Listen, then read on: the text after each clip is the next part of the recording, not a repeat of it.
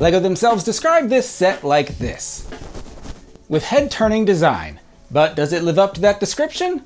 Let's find out. Hello all, I'm Josh. This is Josh Build Stuff, and today we're talking about the all-new LEGO Technic Bugatti Bolide. This set was just released in June 2023. It contains 905 pieces and costs $50 here in the US. Once again, LEGO has taken a very complex-looking supercar or hypercar and turned it into a small-size LEGO Technic set. Again, this is the Bugatti Bolide, a supercar I had never heard of before purchasing this set. I'm pronouncing it Bolide because that's how this guy pronounces it, and he seems much fancier than I am.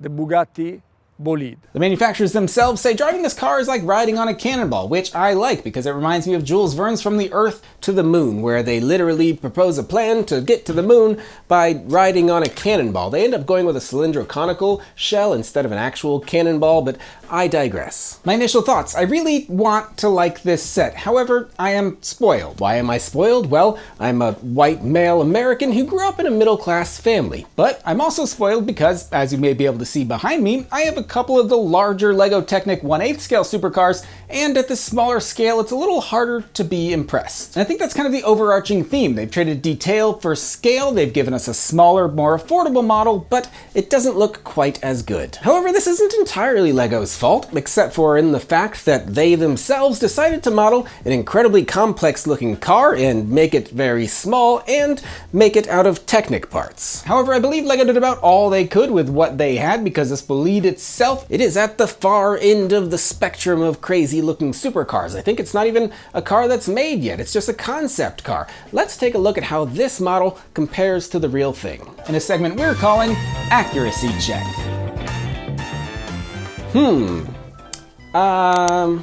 Oh, well, not quite there. I see what LEGO was going for, but it's, yeah, okay.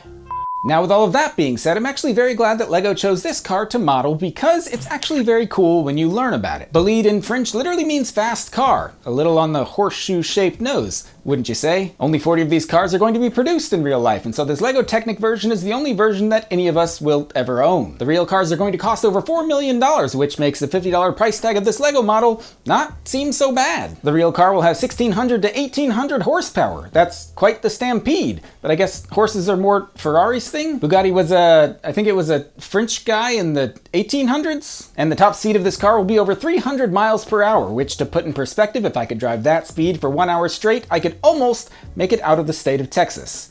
It's big here, yo. I know it sounds like I'm being critical. That's only because, well, I am. But there's actually a lot I like about this car. LEGO managed to cram a lot of functionality into this mid-size model. We've got real working scissor doors. The hood opens, the 16 pistons fire as the car drives forward and backwards. It's got real working steering control from a little gear on top, and it's not a bad color scheme if I say so myself.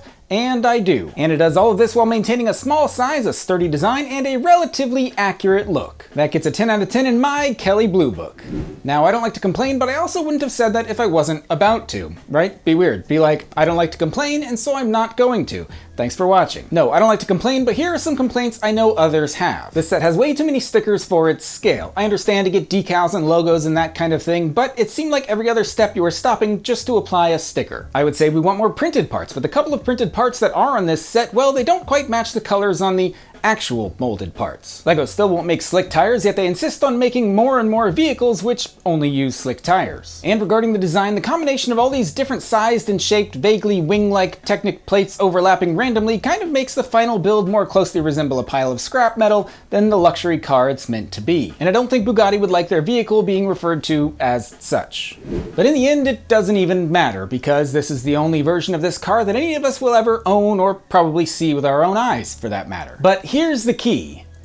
It's not a key to a Bugatti, it's a key to a 2018 Dodge Grand Caravan with fold flat second and third row seating, and it's got remote start, which is a must for those Texas summers. But once again, I digress. Here's the key to enjoying these mid-sized Technic sets. Take them for what they are, and don't expect them to be perfect representations of the cars they're meant to represent. My 5- and 3-year-old walked into my office after I had completed this build, and you know what they said? They said, "Dad, that looks nothing like a Bugatti Bolide." And I said, "It's pronounced Bolide." No, they said, "Dad, that's a cool car. Can I play with it?" They don't care what it looks like, they care that it seems pretty cool. And I think some of us should have some of that same perspective sometimes. So that's what I'm going to do. I'm going to enjoy this car for what it is. It does look great on display, it was a lot of fun to build, and it's only $50, which I think it is absolutely absolutely worth that price. This set and others like it bring to mind some questions, which I will now share with you. Like, why does LEGO choose to create so many intricately detailed vehicles at this scale using Technic instead of LEGO System? Does LEGO believe there's a larger overlap between LEGO Technic fans and supercar enthusiasts, and so that's why they choose to produce these cars using Technic instead of System? And doesn't the rise in popularity of certain themes like speed champions and creator expert vehicles kind of disprove that theory? And here's the question of the day that I will leave you with. Would you rather have seen this same vehicle created at this same scale using LEGO System bricks instead of Technic? Leave a comment down below. As always, I've been Josh, reporting to you from the BBBBB in the big beautiful Bugatti Bolide Broadcasting Network, and I'll see you next time. Hello, I'm Josh from Josh Builds Stuff, and I'm here to say I hope you've enjoyed tonight's feature presentation. Remember, none of this would be possible without the support from viewers like you. If you've been around the channel for a while, tonight's video may have seemed a little familiar. That was intentional. Tonight, Josh used parody to point out the ridiculousness, the audacity of the LEGO company to release the exact same model not 6 months after releasing the original, having only swapped out a few parts in different colors. Does LEGO think us Technic fans are so gullible that we would rebuy the exact same set with only a few colors swapped? Anyone who did that would be a fool. Or they would be making a very good point. Maybe. And please do join us on next week's episode where Josh makes references so obscure, not even he understands them. We'll see you then.